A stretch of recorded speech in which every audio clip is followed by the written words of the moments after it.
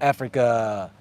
So, before I get into introducing our guest here, let me go ahead and educate my cameraman on some things. But let me know if you can hear us loud and clear, and so we can do a check on that.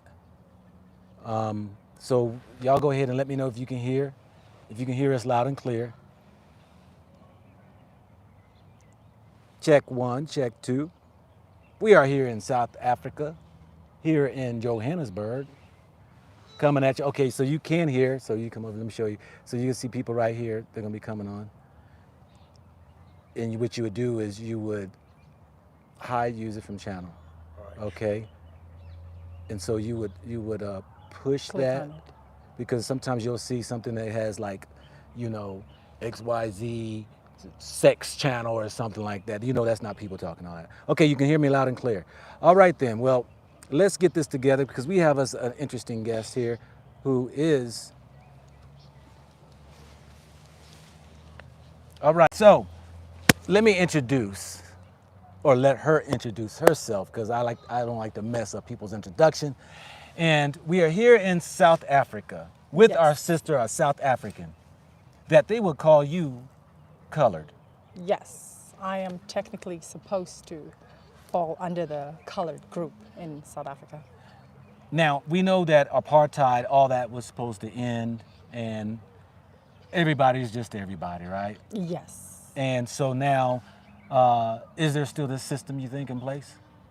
I definitely think that there's still a system put in place. Technically, apartheid has ended in South Africa, Yep. but I feel like we have a economical apartheid still reigning heavily in South Africa. So I don't think that that system is completely done with. Yeah. You know, I just wanted to introduce you, and so people can understand that you and your skin color would be considered, or I even heard hair texture or nose is how they used to separate everybody according Yes. to in their groups and everything. Yes. But you wanted to share your experience. You're South African. You left to go to America. Yes. So you have a comparison and also a history of even with your family and things that you have experienced here in South Africa that I didn't come seeking after you. You asked, did you want me to interview? Because people think I'll be selectively picking people, you know. But I appreciate you wanting me to interview you so you can be just another story for people to hear here in South Africa. So where should we start? Tell us a little bit about yourself. So my name is Nicole. What's your African name? That's my African name. So my first name is Irene. Okay, I prefer to be called Nicole. Nicole, okay. But yes, I don't technically have an African name because as colored people, we don't necessarily have African names because I don't think we know much of our African roots. So because of the separation between whites, blacks, and coloreds, we were given the last names of our, I guess, our colonizers, and we were also not taught the African language. So we don't, as colors, we don't speak African languages. We just speak Afrikaans, which is not an African language. So how far can you go back in your generations to pinpoint you being mixed with European, I'm assuming, and African? Can you go back to say, right here is when my great-great-great-grandfather or mother or whatever was European and connected with my great-great-grandmother or father who was African? Can you go back that far, knowing in your history? The most I can say, one thing that I have noticed that, especially in my family, and also friends of mine, I've had a lot of colored friends, we don't really get taught much of our history. If we pry and we ask questions, that's when we are told, but it's not something that we are taught on. Oh, this is what you need to know. This is who was European. But when I did ask my mom, I think on my dad's side was his great-grandfather. So it was a long line of mixed blood within my family before I came. So I don't know any European ancestors of mine. The only grandparents and stuff that I know was colored. But my mom has some Khoisan. My mom's father, so my grandfather had some Khoisan heritage in him. So Okay. yes. Okay. So, being in this category of color, does coloreds marry coloreds? Do they kind of stay in that group? I think Typically, I don't know. typically, yes. Yeah. It's like common, like Indians right now. Indians stay with Indians, blacks stay with blacks, and coloreds stay with coloreds. Preferably, a colored would prefer to be with another colored. Okay. But now I feel like nowadays people are integrating and mixing. I think a lot of coloreds do marry whites. Actually, if you don't marry colored, you'll marry white. But coloreds do marry blacks also. But I feel like because of the mindsets Yeah. that we have. Yes, coloreds stay with colors, but we are also now mixing with other races. You made mention to me before, I'm not sure if you want me to share or not, a previous marriage. Yes. I'm not sure if you want to go into that or not. Do you mind? No, I don't mind. Okay, I just want to make sure, because there were some things before we started filming. I typically go down this checklist. But anyway, okay, so you're fine with that. Because you mentioned the mentality. Yes. How people can get caught up into these groups or think there's something. And, you had an epiphany. You had an eye-opening experience where you thought you were doing better by marrying A white person. a white person. Yes. Share that with you. And what brought you to where you are today to see that? Because I remember you saying that it touched me, and I was like, you said, you felt ashamed of how you used to behave and think. Yeah. Yeah. I definitely, as a colored person in South Africa, I feel like I was very confused as to who I was and who I needed to identify with. We have coloreds, we have blacks, we have whites. We see the whites doing so much better than, any other race here in South Africa. So for me, I really, since I could remember, I was never going to be with a black man, a colored man even. I wanted to be with a white man because I seen that and I wanted to have that lifestyle, and also because I was very confused as to who I was as a person. For the longest time, I don't think even I loved myself. I wasn't white enough for him, even though I was very light skinned. I wasn't white enough. I wanted to be white. I needed to be more white. If there was a product that I could have used back then, I probably would have used it to be more whiter because that was what was fed to me as a young girl, and so I didn't feel comfortable in my own body. So in order for me to feel comfortable, okay, let me be with a white man. And I realized that was not it at all because I was extremely unhappy, and I realized that I would never be equal. I would never be equal. I would never be white even, or even accepted as white. So I feel like growing up as a colored was it's very confusing, especially if you don't know your African heritage.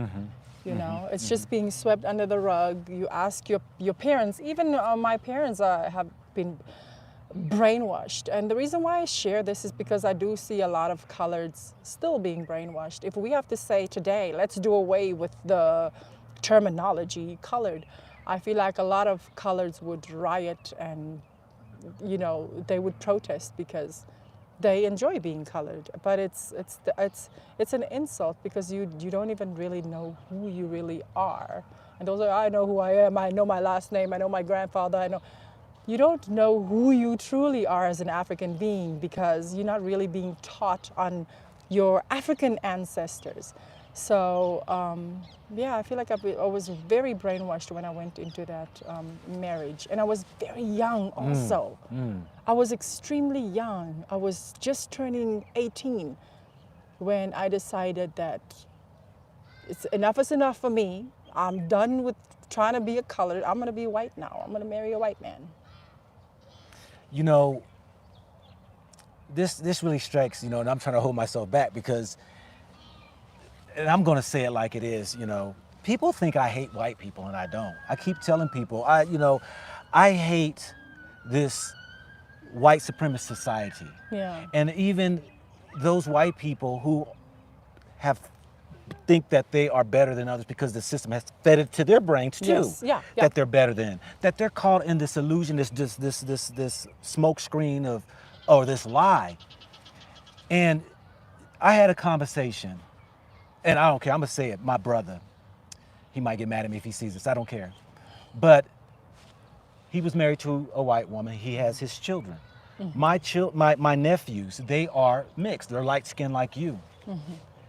And he shared with me, he had a argument with his son, and his anger spewed out, and he called his own son some of these derogatory names we would call white people. Oh, wow. And I didn't say anything to him, but I was hurt. You know, man, I didn't know I was gonna get touchy on this. Just to think about what my nephew had to go through because you pushed that on him of his mother being white, and you berate him and calling him these derogatory white names that I have used in the past. And it was very hurtful to me, you know? Yeah. And so to see that how you are caught in the middle, people who are mixed and stuff have to make this, am I wanna be on the black side? Am I gonna be on the white side? Mm-hmm. You know, I really feel that. My grandmother, I told you, my grandmother's name was Irene. Mm-hmm. Her, and I can't remember whether or not it was her grandfather that was white or her grandmother that was white. Mm-hmm. But she was a fair-skinned woman. Mm-hmm. I didn't ever really have any conversations with her about how was it back then, but my grandfather was darker than I was, who she married. But I know there are people who said that, you know, especially if they were really light, that they would try to go to one side, the white side, mm-hmm. they would get rejected. Go to the black side and get rejected. Yes. And this confusion as a young one of like, who do I identify with? Mm. Who am I? Mm-hmm. And that's what you're saying that you grew up with. Yes. That you're seeing even those Europeans out there who you see, they seem like they have everything. They have in the wealth. They seem like they're being broadcasted as being the better and we being the weaker. And you as a young one growing up, you know, this is toiling with you. Yeah? It's very deep. It is a very touchy subject also because unfortunately there's nothing we can do now. Mm-hmm. We have already now integrated, we've mixed, and there's a lot of mixed race individuals out there. So it will always be, there will always be that. But we must always understand that we're not going to be accepted by the white people. It's not that we want to, I'm not hating on white people, but we will never be accepted. I've been there. I've even, my friend list, it was a lot of white females and stuff. And sometimes I would be like, you know, we would do something, we would go somewhere, and sometimes I could see that I wasn't getting the same treatment as, you know, the other white girls. So we will never be equal to them as much as we think, oh, let's speak like them. Even my Afrikaans, when I speak Afrikaans, my Afrikaans is, I don't speak my Afrikaans like a colored person. I want to put on my white accent. That's what literally how brainwashed I was. That even if I have to speak Afrikaans, I'm going to speak in that suiwer wit Afrikaner. You know, I speak like that when I speak with my Afrikaans white people friends. And it's crazy that I realized, and I sat down one day and I realized that I don't even know who I am as an individual. And it's really sad. It's really, really sad. Well, we know that, you know, you went through that marriage. Yes. And you said you even found out, you know, to the end of the marriage that you never loved him. Yes. You just went along with this idea that being with a white person that you would make you feel a certain way. Yes. You know, and sometimes in America, you know, there are those who think they have reached their highest point by being accepted in the white community, by marrying white. I know there are people out there like that. Mm-hmm. So I know that exists, But you got out of that marriage. You're remarried, happily married now. Yeah. But let's talk about now, okay, you went over into America. Yes. How did that happen? So actually, and that's one thing I can say. Sometimes when you do have these white friends and these white people that you associate yourself with, you can sometimes take little things here and there. So because of my ex-husband's one friend who's been to America before, I had learned about this opportunity to go to America, and I applied for this job, and I was sponsored by Donald Trump to come to America. I feel like it was a great thing for me to go to America. Okay. Because when you travel, once you travel, because I was so stuck in this little box, this little colored box that I was in, that I'm just a little colored girl, just a little nobody. So when I was able to travel outside of my surroundings and have a more broader vision on what is actually really going on even elsewhere in the world, I realized that there was so much there. I was so uneducated on what was happening in the world. I was literally just stuck in my little box.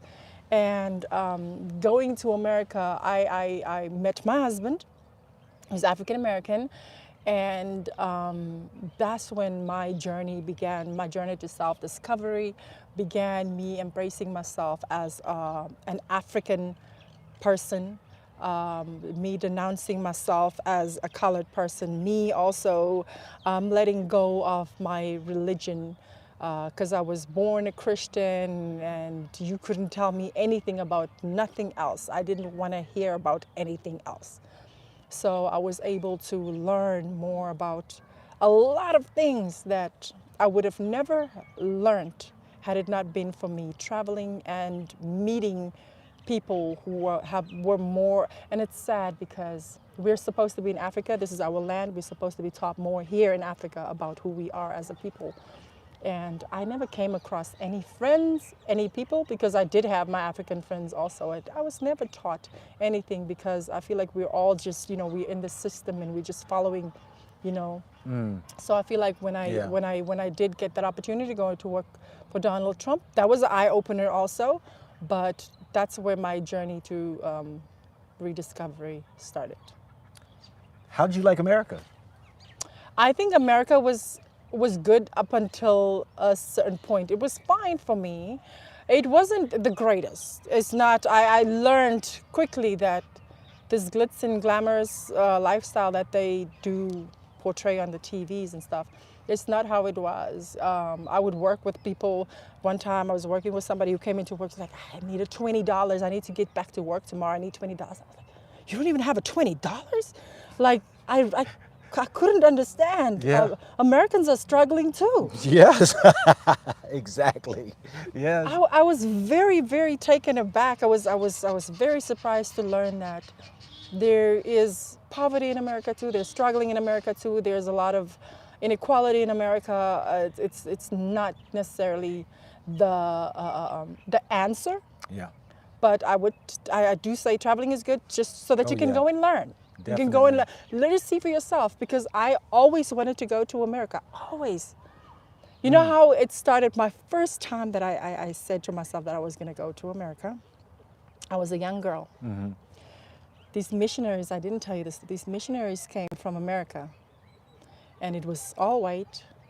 They came to my school, and that was the first time I met an American. They had very nice candy, and they were giving out candy to the kids.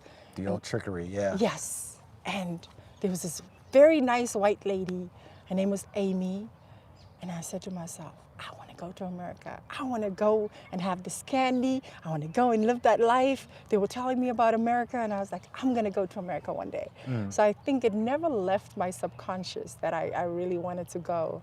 So, yeah, and then I had that dream, and then you come there and you wake up to a reality that I was even looking surprised to see the cars. It's like, I thought that there will only be nice cars in America. People are driving. You was in broken. Florida, right? Yes. You was in Florida. What part? It was in Boca, so I was in Boca. From Boca, I went to West Palm Beach, and then from there, I lived in Orlando. But I've traveled throughout the United States. Yeah. Okay. You haven't been in New York. You've been in New York too, right? Yes, I Yeah. worked for Trump in New York also. Yeah. So you got to even see the Big Apple, as they call it, in New York City. What was your thoughts of New York City? I think New York City is very. I think it's dirty. I think it smells. I think it's very built up. My husband has a cousin who lives in Brooklyn, so we went to go and visit her one time. There's nowhere for the kids to play. It's just so built up. They will have little parks here and there that's like little small parks that they can take your kids to, but in the streets, the kids just literally have to play on the streets. That's why they call it the concrete jungle. Yeah. New York City, they call it concrete jungle. Yeah. Yeah. Yeah, so for me, I would never want to stay in the Big Apple, but that's what everybody knows. Everybody in South Africa, you ask them about New York, they know about New York. And they, it's been put on the TV like it's this great place, but it's not. Because also what I've learned, my friends in New York, they work 2 to 3 jobs just to maintain and living and survive in New York. So you don't have no space, and you have to literally work yourself to death to survive, to maintain. So even you Africans see that even in the cities of America, there's the struggle. The struggle is real, is what we say. Yeah. The struggle is real, and it's no one escapes it. I don't think anywhere around the globe that there is one utopia or place that you can say everybody's living high on the hog or rich and all that, right? No, the poor will always be amongst us, and the struggles will always be there. Definitely. Most definitely. So how long did you spend in America? I think it's about 7 years. It was 7 to 8 years. Okay, 7 or 8 years. Yeah. And you said you went there, you worked for Donald Trump. You were doing what type of line of work?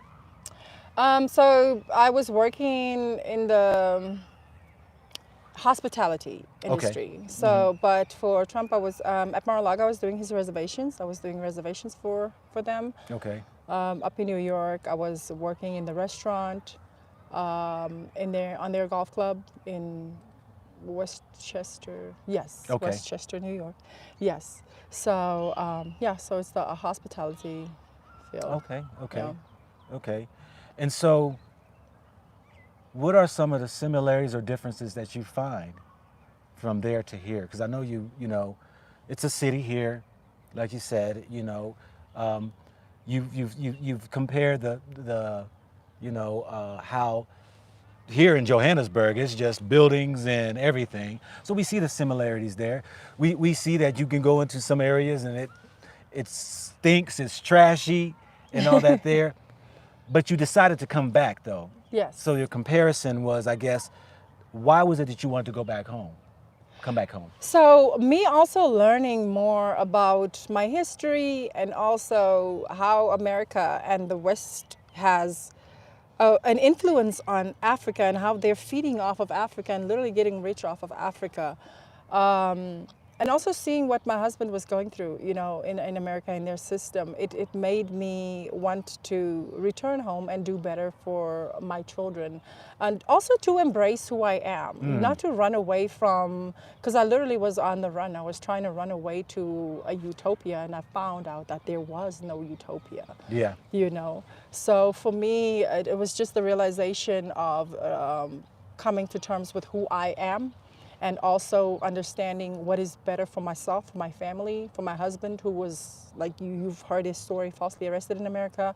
Realizing that in Africa we have more of an opportunity, even though we have our issues everywhere. Yes. No country is gonna be perfect. Right. No country is perfect. Here in South Africa, I have more opportunity. This is my land. I can start a business. I can, my children are safe. They're not going to be shut down like, what's this boy's name? Was it Tamir Rice? My children are safer, I'm safer, and my husband is safe. Yes, we have crime, but I feel like we have more of a surviving chance here in South Africa. And also, I came to fall in love with my country when I was away from it. I realized how beautiful it was. Yeah. Yeah, and also how much opportunity I have. You had shared with me about some resentments and, you know, some things with, because you talk about land, and you had shared about some land that has been taken from your family. Yes. And those things still kind of, you know, sting to this day. Yes. What's the deal with that? So my mom, both my mom and dad actually has been affected by this. My mom grew up on a beautiful farm in Naizna. They were forcefully removed by the Europeans when she was in her teenage years, and they were placed in a colored neighborhood. And from there on out, still till today, they haven't been compensated for the land that has been taken. So keep in mind, this was a farm, right, that was taken from them. So that's a lot of land. And right now, if you have to look up Naizna is where the Europeans, even people from all over, the white people from all over the world will come there and they'll retire there. It's beautiful. It's close to the water. There's a lot of greenery. The land in Naizna is extremely expensive right now. So I can just imagine how the generational wealth we could have built in our family, right? Because we were stripped from our land. It has affected us generation after generation. Like right now, I don't own land. I have nothing to show for it. I do plan on going to the land court and try to fight for our lands. I'm going to have to obviously get an elder involved, one of my mom or her brothers. But it has definitely affected us where literally they have forced generational poverty upon us by stripping us from our lands. And now we're forced to be in this system trying to survive when, you know, we could have been thriving on our farm. Wow. You know, most South Africans get me confused when I'm sharing some stories like this because the stories are similar. Yeah. In America, so many of Black Americans, we used to own land. Yeah. And the thing of it is when they were stripped and taken away, you know, now it's like almost impossible to try to fight and prove because the documents have been destroyed. That's the thing. That was your land or your family. You know, because our families have been severed, you know, we didn't even know our last name. Some of our names are new within 100 years of being a new last names, or y'all say surnames. Yes. You know, and how the effects that when I see this same picture when I come here to South Africa, it touches me. Yeah. And when I speak out against the system, some people, they're like, oh, you're coming to stir up problems, we're getting better and this and that. And I'm like, no. This should be something that should be talked until we get what's rightfully ours. Yes. Because in America, it's like hush. And then it's like, okay, you know, let's have let's do away with this slavery talk, because the white people they're like, we don't want our kids distraught by, you know, hearing what their ancestors did. We had no parts of slavery, but you got the money from slavery still passing down from generation to generation, and y'all are reaping that. While my uncle had a farm. He had a farm. He died 2 years ago. He was 107 years old.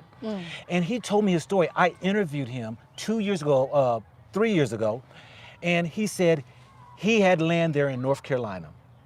And when he went to go purchase his land, he said the bank set it up to where he would never pay it off. He was only paying the interest of it.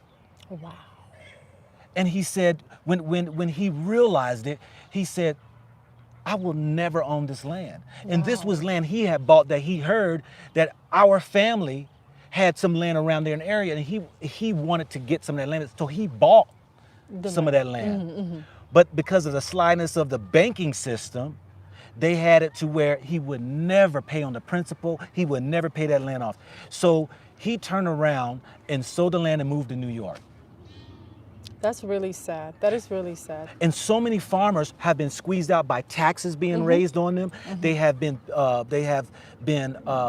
forced off their land by programs that doesn't look like it's racist. Yes. But it's like, oh, you blacks, you couldn't afford to keep up with your taxes, or, you know, we give money to all the farmers, but you all get a little bit to rebuild your equipments and, you know, be able to deal with if it was cold winters and you lost a lot of crops, or, you know, a lot of heavy rains. You know, there are these what do they call them?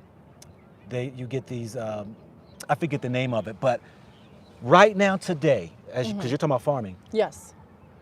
there is an initiative by the black farmers that sued the government, and they received like $3 billion. Guess what happened? The European farmers turned around and sued the government for giving them money that was proven that they weren't even getting enough to stay abreast with the other white farmers. So it's held up in court right now. Look that up. As far as the black farmers of Americas, I cannot remember the guy who heads that up. But anyway, let's continue. Yeah. So you find that this beautiful place your mom is from, who had farmland that y'all could have been reaping from farming, has been stripped. Yes. Now there are those who, with the money, Europeans living in this area, all out there enjoying, and continue. So I've been trying to dig in. I've been asking my mom about it. Of course, now, like you said, now we have to prove that the land is ours. It was initially in our, but luckily it wasn't too long ago. I feel like I do have a fighting chance, but I might not even, they make it so difficult. They make these systems so difficult that I might not even be able to even reap any of that benefit. But if I put something in place for my children, perhaps my children can reap from it. But yes, it's very, very sad, because now I'm forced to be in this system, and I don't even know how to farm for myself. I don't know how to, you know, grow my own crop and stuff. And as you see in today's life, that's the direction we need to be moving into, because it's just becoming so expensive to maintain in their systems, their food in their stores. It's very, very expensive. I want to be able to have my farm and teach my children how to farm and have our own crop and have my own tomatoes, have my own pumpkin patch. I want to be able to do that. So it's definitely going to be my mission to be able to, even if I can't, hopefully, even buy my own piece of land, to just be able to move into that direction.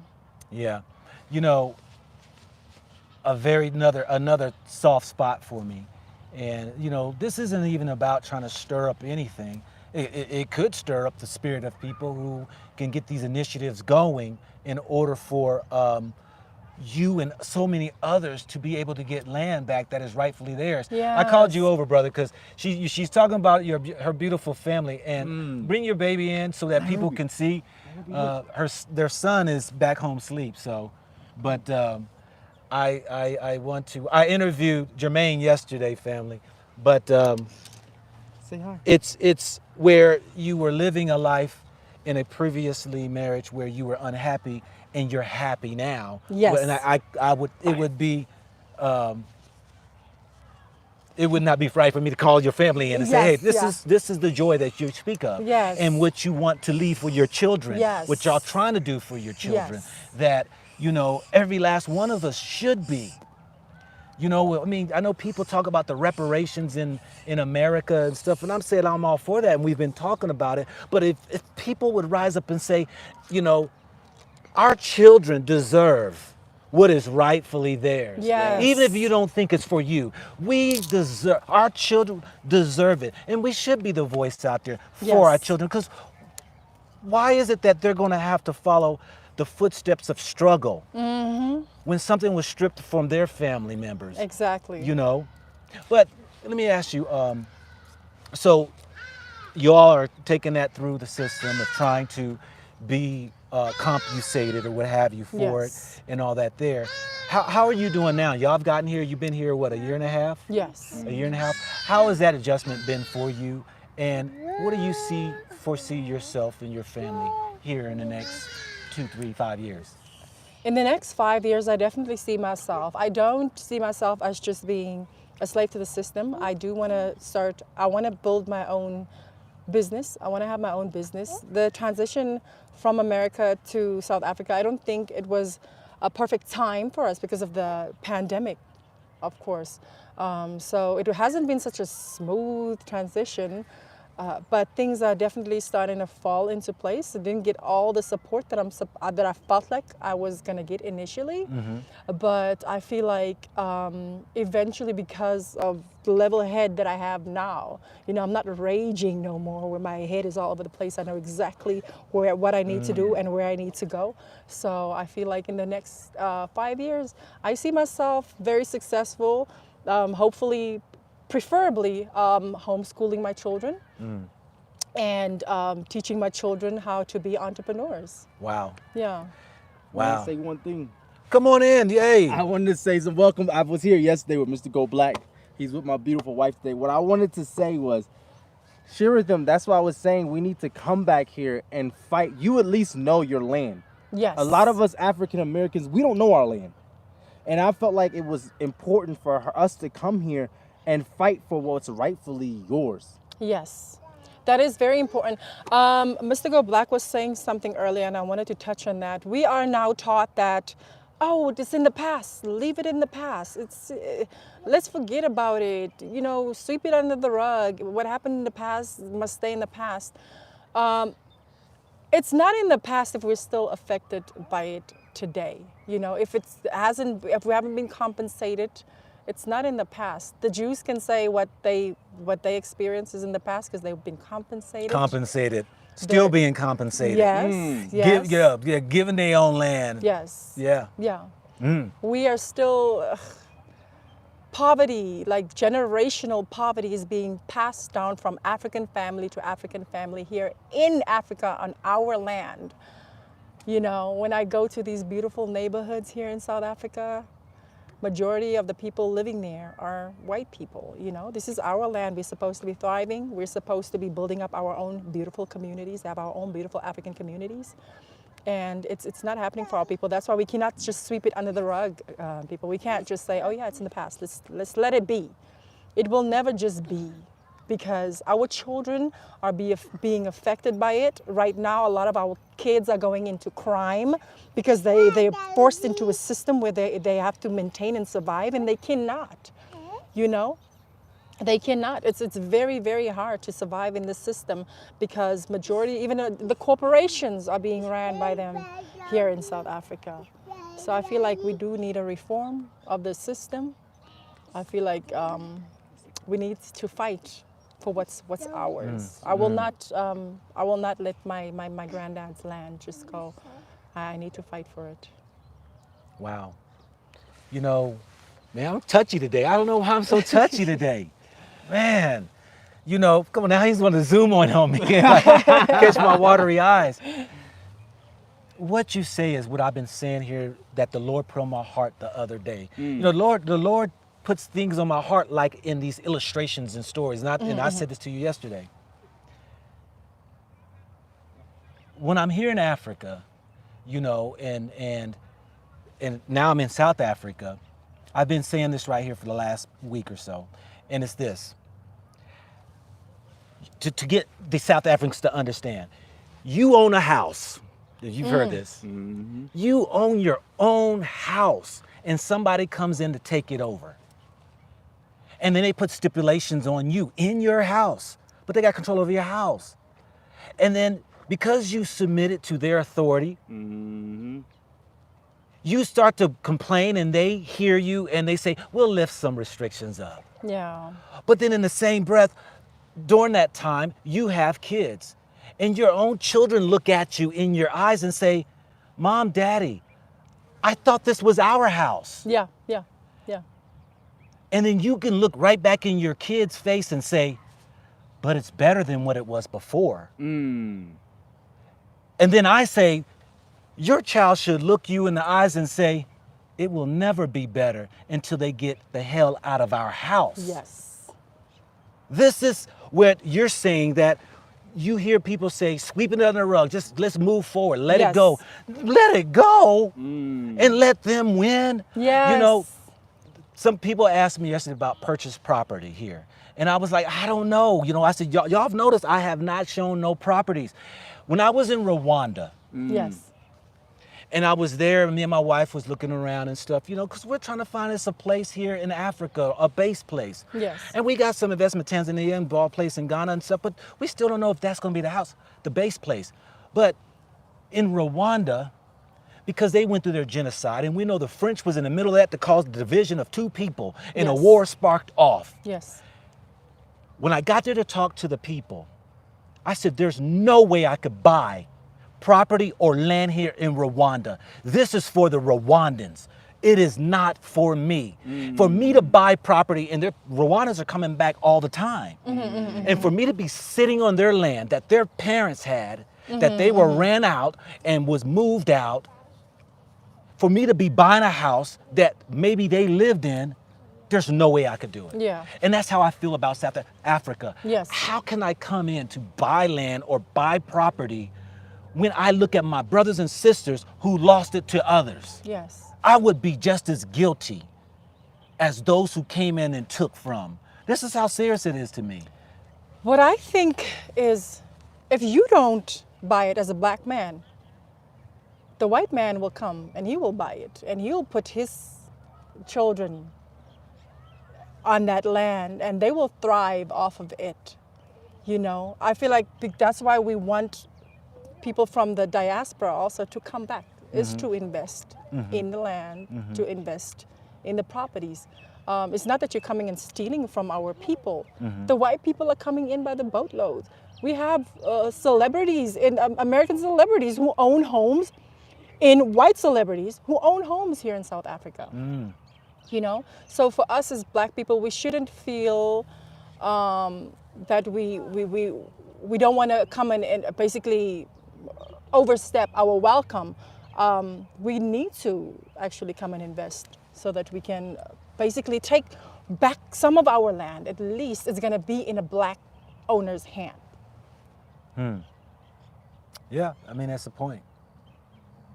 So now, as far as you all are getting settled in, you've been here, back here, and you say you foresee yourself, you know, getting your business, entrepreneurship, homeschooling your children and all that. Is there a particular reason why you want to homeschool your children and not send them into school? The reason why I feel like I want to homeschool my children is because when we homeschool our children, we can dictate what we teach our kids, you know.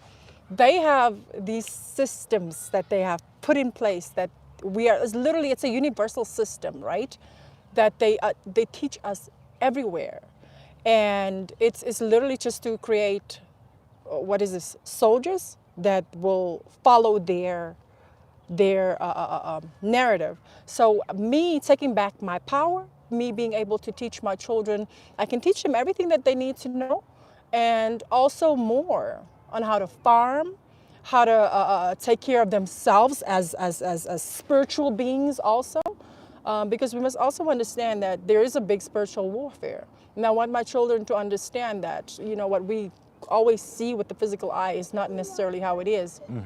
So I want to be able to push my children in different directions. And I want to travel with them. I want them to be able to travel so that when they travel, they can learn things. I want to travel through Africa, show them Africa, teach them more about different. I just now the other day found out about King Leopold.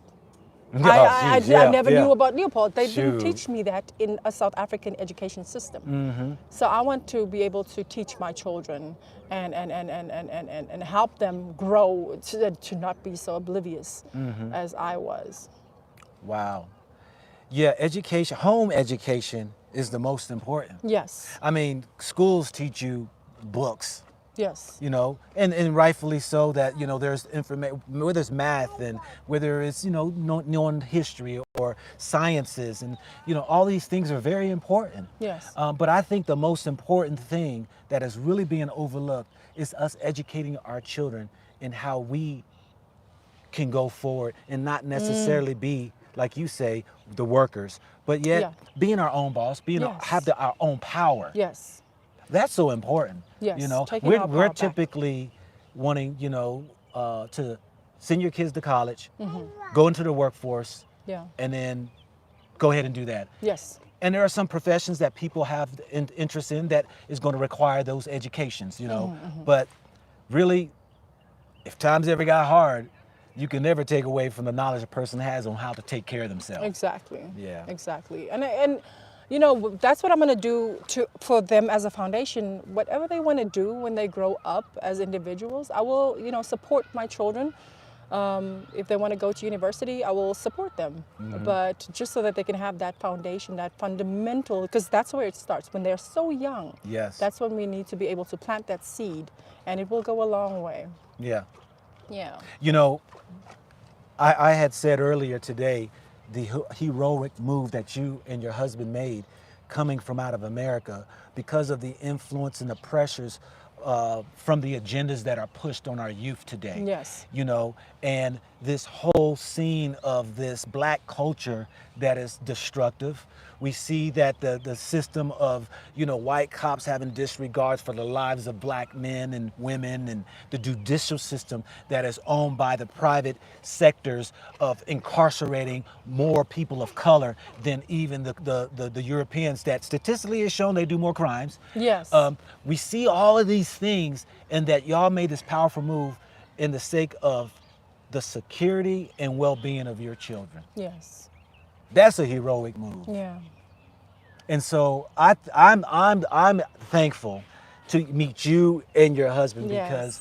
because I've said before to our family that Go Black to Africa is where you can get in and fit in and where you find what's right for you. Yes. Though I have my thoughts and my opinions, my views of a country or a city or wherever, does not make it not right for you. Yes.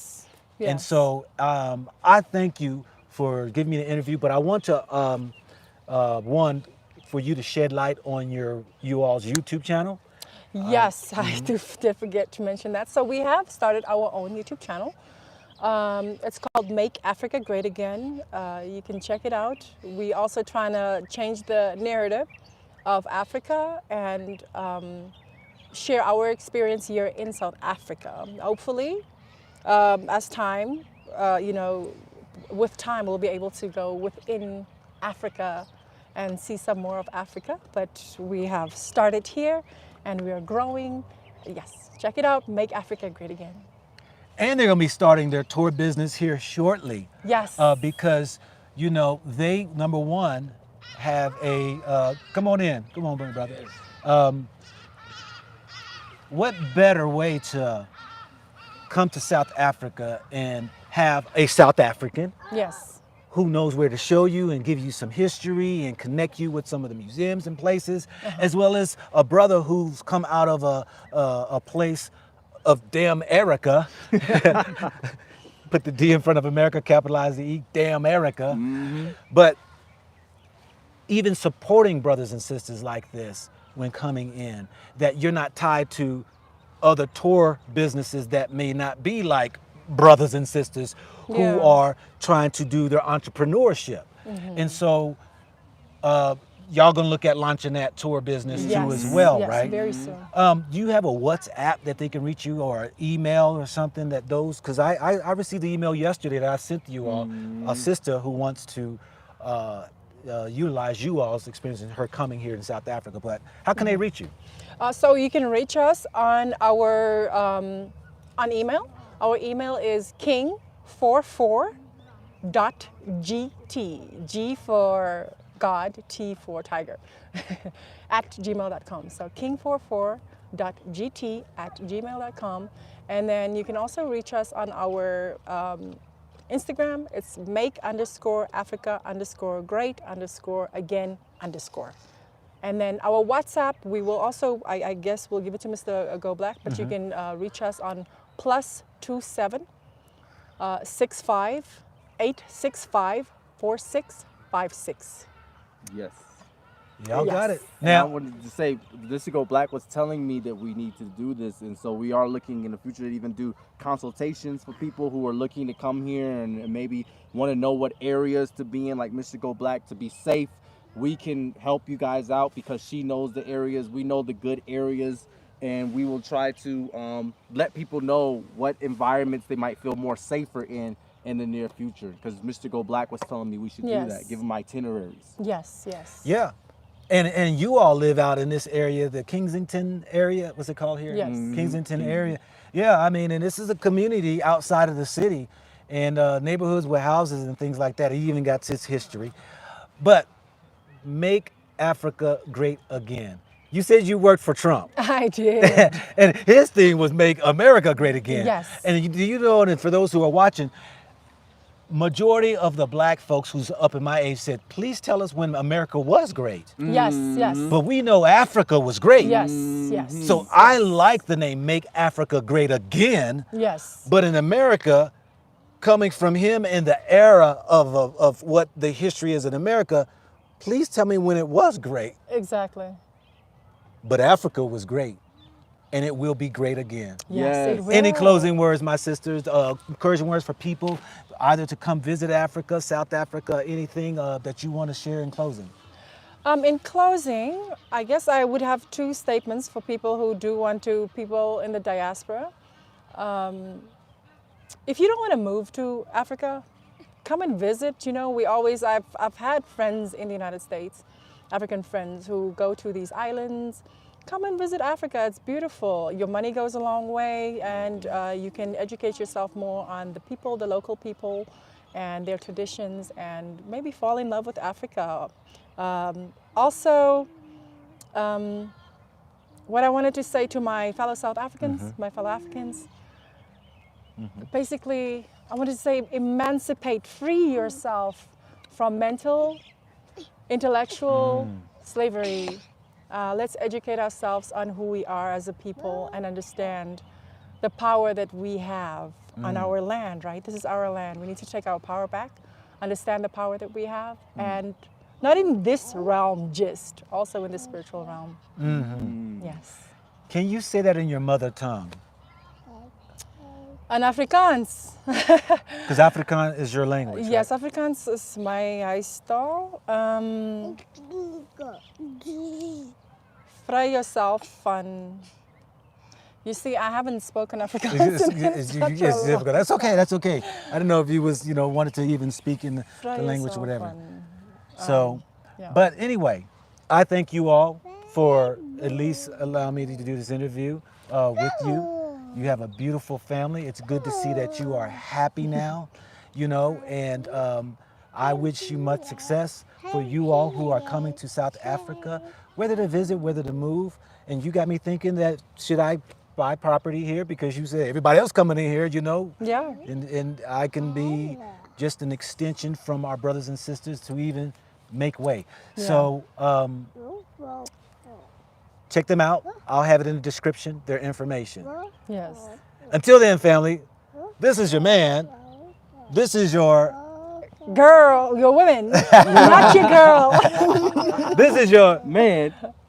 Go Black to Africa. Yes. All right, peace out, family.